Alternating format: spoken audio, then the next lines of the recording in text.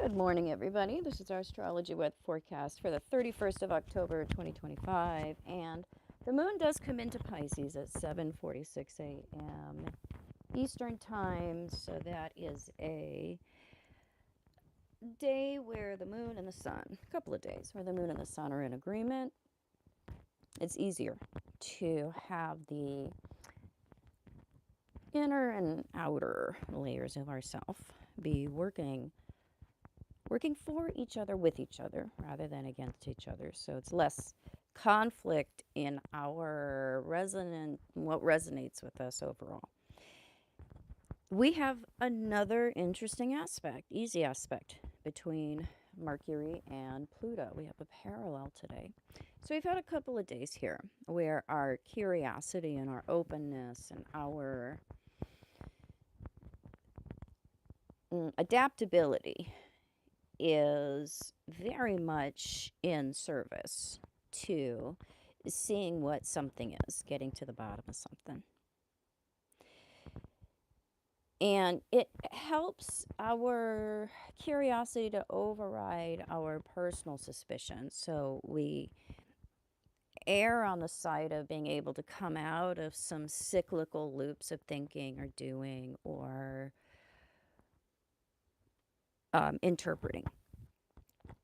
So we can fix things when we have these good aspects between Mercury and Pluto, because we find different like sides of things, or ways into problems, or ways to connect things that does help us to stop banging our head against a wall.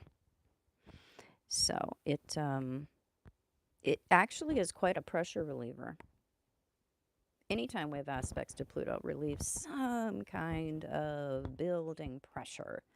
And this is pressure in regards to how do we solve some particular problems. That's Mercury stuff, problems, how we run our daily life, the rigors of daily life, the types of issues that come up on a regular, consistent, like daily basis. So we can have some subtle but very meaningful outcomes when it comes to shifting some things around, or just figuring out a better way.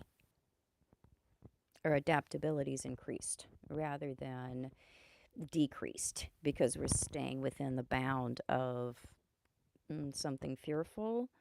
See, sometimes we really can hit the nail, right on the head when we've got any of the aspects going on from Mercury to Pluto. But we will also be weaving in some darkness there that we have to filter through.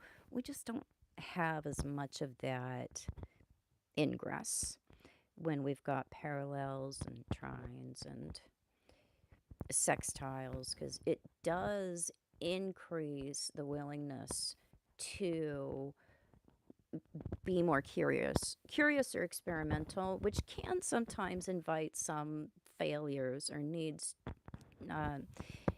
need to readjust, which we really are trying to avoid with the hard aspects. So our curiosity, we're not afraid of it killing the cat with the easy aspects here, because we realize that we can stub our toe and change our mind or do better or redirect. We don't have that stubbornness. We're willing to stub our toe because we're not stubborn.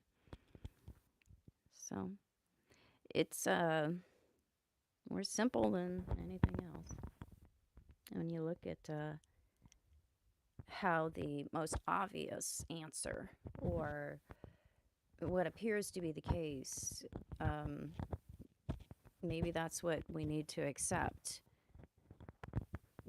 It can be the obviousness of things with sextiles and trines that have us not understanding or overlooking, because we may have a previous belief in complexity, when sometimes